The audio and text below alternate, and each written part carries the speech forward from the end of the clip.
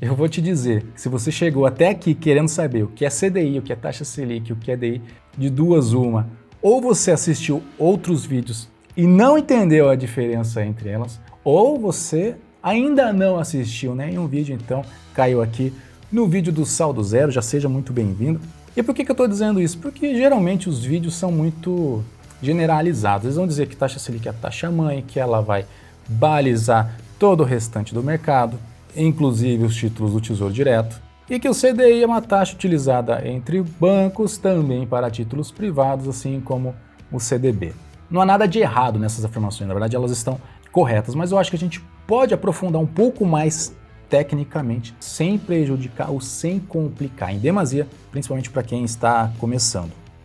Ou assim, eu espero. Então o que eu quero falar hoje aqui? Eu vou explicar o que é o CDI, como funciona, por que ele existe e qual é a sua relação com a taxa Selic. Hoje eu quero que você saia sabendo CDI, taxa Selic e como que funciona esse mecanismo todo, beleza?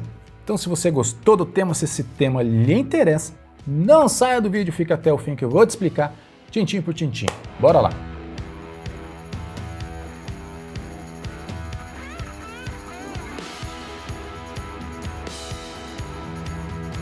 Fala investidor, fala investidora, cada vez mais rico, cada vez mais rica. Se você não me conhece, sou Paulo Boniati, criador do Saldo Zero e já te convido, se inscreva aqui no canal e ative o sino dos Balangandã para não perder nenhum vídeo. Se inscreveu? Se inscreveu? Se inscreveu? E também já te peço, curta e compartilhe esse vídeo. Não se esqueça, aperte esse botãozinho do like aqui, isso aqui não cai o dedo de ninguém e você estará compartilhando educação financeira, compartilhando conhecimento e, claro, ajudando bastante o canal, a gente ajudando nós levarmos esse conhecimento para mais e mais pessoas. Beleza? Deixo aqui a minha gratidão, hashtag obrigado. Então, para a gente entender todo esse mecanismo, primeiro precisamos saber o que é um banco.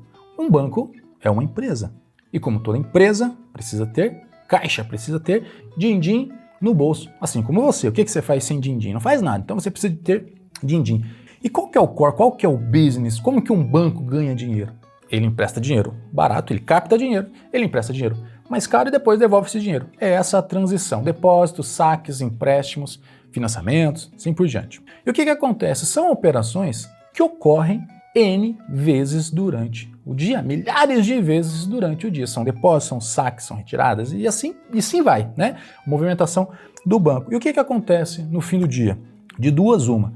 Ou se teve muito mais depósito do que saque num banco, ele fecha o dia com caixa positivo, sobrando dinheiro. Do outro lado, se eu tive muito mais saques do que depósitos, ele vai fechar o seu caixa quase no zero ou às vezes até de forma negativa. E aí, ao fim de cada dia, os bancos precisam prestar contas ao Banco Central. Chega a conta. O banco tem que estar com caixa positivo ou minimamente no 0 a 0. Isso é determinação. Então eu vou te contar uma historinha aqui. Um banco, ABC, tá? O nome do banco é ABC. Digamos que no fim do dia ele chega lá para o Banco Central e fala: olha, Banco Central, as coisas aqui estão meio complicadas, eu estou fechando o meu caixa com 20 milhões negativos. Aí o Banco Central: como assim 20 milhões negativos? Você tá louco? Não pode, cara. Não, estou fechando você amanhã, você não abre as portas, a não ser que você resolva o seu problema. Por que disso? Imagine você chegando lá no Banco ABC, no caixa eletrônico, vai pedir o saque, pá, não tem dinheiro no banco. Cara, não pode. O banco tem que fechar com caixa positivo, isso é determinação.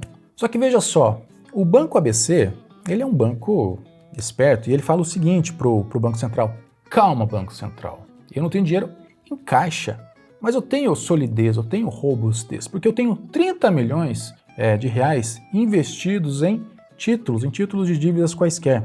Aí o Banco Central olha assim: sério? Você tem 30 milhões investidos em títulos? Nossa, então você tem solidez, não é verdade? Ah, então eu não vou ter, você não vai ter problema, né? Aqui para você, banco, você tá lascado. Por quê? O que acontece? Imagine o cliente, imagine você chegando no dia seguinte no banco, vai lá de novo, né? No caixa eletrônico, pede o resgate, em vez de cuspir cédulas, começam a cuspir títulos. O que você vai fazer com títulos? Você vai comprar alguma coisa com títulos? Não, você quer dinheiro, você não quer títulos. Então o Banco Central fala assim: não caio nessa, se vire, dê teus pulos, veja o que você faz. Você tem até meia-noite para resolver esse teu problema de caixa negativo ou amanhã você não abre as portas. Só que aí você pensa, esse banco Não, de maneira alguma. Por quê? Esse banco ele possui amigos, muitos amigos. Aí o que ele faz? Ele bate na porta do banco DEF. E aí ele fala pro banco DEF, e aí, cara, como é que você está? E o banco DEF fala, cara, não tô muito bem não. Por quê? Porque no meu caixa, eu tô fechando meu caixa com 30 milhões positivo. Porra, cara, mas isso é problema para você? 30 milhões positivos? Sim, isso também é um problema. Sabe por quê? Como é que o banco ganha dinheiro? Ele não ganha dinheiro emprestando dinheiro? Sim, ele ganha dinheiro emprestando. Então, se o banco está fechando o caixa dele com 30 milhões parado, ele está deixando de ganhar dinheiro. O banco quer emprestar esse dinheiro, ele quer ganhar dinheiro, ele quer ganhar com juros. Então, ele está com 30 milhões parado. E do outro lado está o banco ABC com 20 milhões negativo. E aí eles olham assim, rapaz, podemos fazer um negócio aqui. O banco DEF pode emprestar 20 milhões desses 30 para o banco ABC e fica todo mundo feliz. Só que o banco DEF, ele diz o seguinte, cara, vamos negociar. Só que como que eu posso confiar em você, banco ABC? O que você me dá de garantia? Eu preciso ter garantia, porque eu vou te emprestar 20 milhões de reais e se você não me pagar, vai ficar complicado. Aí o banco ABC diz o seguinte, cara, eu tenho 30 milhões em títulos, tá tudo certo, eu te mando títulos, você me manda dinheiro, é a minha garantia. Então vamos fazer um bem bolado. E assim eles fazem essa transação. O banco DF empresta 20 milhões de reais para o banco ABC e o banco ABC manda 20 milhões em títulos como garantia. No final dessa transação, como é que fica a situação? Então o banco ABC, ele termina o caixa a 0 a 0, ele fica com 10 milhões de títulos, o saldo de 10 milhões. Fechou bonitinho. O banco DF, ele fecha o caixa com 10 milhões de reais, com 20 milhões em títulos e o saldo de 30 milhões. Resolveu a situação de todo mundo. E nessa transação de garantia é que nascem os CDIs. CDI, sim, Certificado de Depósito Interbancário. Quando há esse empréstimo de um banco para o outro, nós chamamos de CDI. E uma de suas principais funções é garantir a liquidez e a solvência de todo o sistema financeiro. Essas transações, esses CDIs, são emitidos entre bancos inúmeras vezes para que eles sempre fechem o caixa no 0 a 0. São operações que nós não vemos, mas por baixo eles são todos amiguinhos, esses bancos aqui. Só que tem mais uma questão. Qual taxa rolou essa transação? Porque o banco DF não vai emprestar esses 20 milhões a qualquer taxa. Tipo, não, fica aí, depois você me devolve, depois a gente vê que faz. Negativo. Sou seu amigo, mas amigos, negócios à parte. Vamos negociar essa taxa. E aí o que acontece? Quando você vai vender um carro, por qual preço você se baliza na venda desse bem? Pela tabela FIP. Então você vai lá, pega lá, quanto é que está custando o meu carro na tabela FIP? 40 mil reais. Esse é o preço base. É daqui que você vai negociar com o comprador, tanto para cima quanto para baixo. Da mesma forma, se você for vender um imóvel, você vai pesquisar qual é a base, o metro quadrado da sua região. E daqui para baixo ou para cima que vocês vão ficar negociando. E é aqui que entra a taxa Selic e é aqui que entra a taxa DI. Você lembra que no começo do vídeo eu falei que a taxa Selic é a taxa mãe do mercado? Sim, por quê? Porque ela é a taxa FIP do mercado, digamos assim. Ela é a taxa de referência, ela é a taxa que regula tudo. Então, sem complicar muito, a taxa Selic ela é definida pelo Copom, Comitê de Políticas Monetárias, e ela é definida a cada 45 dias. Estou dizendo a taxa Selic meta, já vou explicar melhor isso no decorrer do vídeo. E nessas reuniões do Copom, a cada 45 dias, eles definem qual será essa taxa. Pode aumentar, como pode reduzir. Baseado em quê? Baseado em N variáveis e em N expectativas, inflação, câmbio, PIB e assim por diante. Só que voltando, qual é a FIP de hoje? Qual é a taxa Selic meta de hoje? Hoje está em 2,75%. Essa é a nossa taxa de referência. E é aqui que esses dois bancos negociam a qual taxa eles vão realizar esse empréstimo. Pode ser um pouquinho para cima, um pouquinho para baixo. Depende muito de quem está passando mais sufoco. E você lembra que eu comentei que essas transações ocorrem inúmeras vezes entre os bancos, esses empréstimos e esses títulos de garantia. Só que esses títulos de garantia podem ser dados com títulos públicos, títulos federais ou com títulos privados, títulos do próprio banco. E aí, ao final do dia, o Banco Central ele faz um levantamento de todas essas transações baseado nesses dois títulos. Então ele analisa o seguinte: quais foram as transações realizadas entre bancos onde a garantia foi feita por meio de títulos públicos? Qual é a taxa média? A taxa média foi de 2,60, 2,65. Pois bem, essa será a taxa Selic over, ou taxa Selic overnight, que a gente diz que é a taxa que vira de um dia para o outro. E, inclusive, é essa taxa que vai remunerar os seus títulos do Tesouro Direto. Muita gente acha que é a taxa Selic meta, que é aquela mãe. Não, é a taxa Selic over.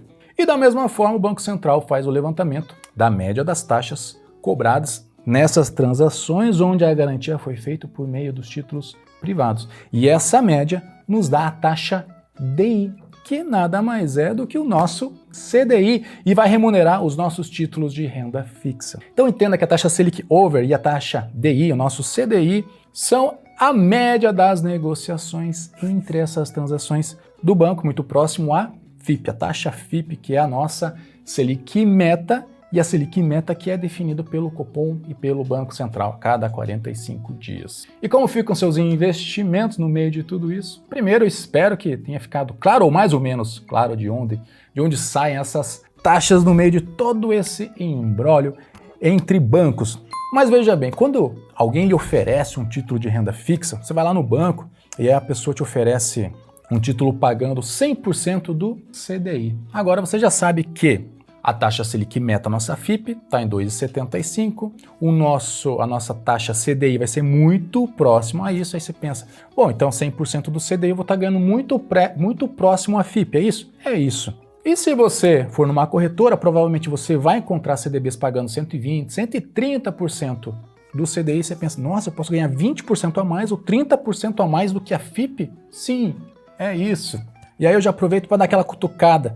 Olhando por esse viés e sabendo que a poupança paga 70% da FIP, 70% da Selic meta, porque que a pessoa ainda fica amarrada na caderneta de poupança e não começa a olhar para outros tipos de investimentos mais rentáveis. E só para a gente fechar esse ponto, que não sai porque tem mais coisa ainda, já fique na cabeça o seguinte: então quando um banco empresta para outro banco, nós estamos falando que eles fazem por meio do CDI, Certificado de Depósito Interbancário. Agora, quando uma pessoa empresta para um banco, você faz isso por meio do CDB, Certificado de Depósito Bancário. E ambos vão ser remunerados pela taxa DI, que é aquela média entre as transações interbancárias que eu expliquei agora há pouco. E só para a gente avançar um pouquinho nessa nossa taxa FIP, na nossa taxa Selic meta, essa taxa que é revista a cada 45 dias, o que acontece caso a taxa Selic meta seja revista para cima? É o que aconteceu na última reunião do Copom. A taxa Selic subiu. Veja bem, se a nossa FIP sobe, a referência sobe, o que acontece com a negociação entre os bancos? Também sobe, fica muito próximo à FIP. Se o CDI sobe, passa a remunerar melhor os títulos de renda fixa, principalmente os pós-fixados que estão amarrados ao CDI, passam a rentabilizar mais. E as pessoas começam a olhar o seguinte: será que ainda vale a pena eu consumir, eu gastar o meu dinheiro, ou agora começou a ficar mais interessante a investir? Gradativamente as pessoas começam a investir mais. Se elas estão investindo mais, consequentemente elas estão gastando menos. Se elas estão gastando menos, a tendência é que a inflação seja meramente controlada. Só que do outro lado, se elas estão consumindo menos, as empresas passam a faturar menos, porque tem menos gente comprando. E se as empresas estão faturando menos, elas estão crescendo menos, o país como um todo começa a se desenvolver e crescer menos, o que também tende a frear o PIB. E isso é o que nós chamamos de política restritiva, quando a taxa Selic passa a subir. O contrário seria uma política expansionista. De novo, não quero entrar nos detalhes aqui, porque senão vai complicar demais a sua cabeça. Se quiser, eu faço outros vídeos falando só de política monetária. Mas, gente, na real, até agora vale aquele like aqui, né? Então não se esqueça, não vai cair o dedinho. Deixa o like aqui, compartilha esse vídeo e não saia porque ainda tem mais coisa para falar. Vamos fazer um apanhado geral aqui. Então, a cada 45 dias, o Copom define a taxa Selic meta, taxa Selic FIP, que hoje está em 2,75. Diariamente, os bancos precisam fechar seus caixas e para isso eles realizam empréstimos entre si. A taxa negociada entre esses empréstimos, vai para lá, vai para cá, utiliza quem como referência? A taxa Selic meta, a nossa FIP. Ao final do dia, o Banco Central levanta a média das taxas dessas negociações entre bancos. E disso saem as taxas entre títulos públicos, define a taxa Selic over, que vai remunerar os seus títulos do Tesouro Direto, e a média entre os títulos privados vai sair a taxa DI ou o CDI, que vai remunerar os seus títulos privados, títulos do banco, debêntures, LCI, LCA e assim por diante. Quando nós fazemos um empréstimo para um banco, nós fazemos por meio de um CDB, Certificado de Depósito Bancário. Agora, quando um banco faz um empréstimo para outro banco, eles fazem por meio do CDI, Certificado de Depósito Interbancário. E, ufa, espero não ter causado nenhuma confusão mental na sua cabeça. E se você acha que eu agreguei conhecimento para você, não se esqueça de curtir e compartilhar esse vídeo, porque isso vai ajudar o YouTube a entender que esse conteúdo tem valor e vai mandar para mais pessoas. Beleza? Por fim, sou Paulo Boniati, aquele abraço, até o próximo vídeo e tchau!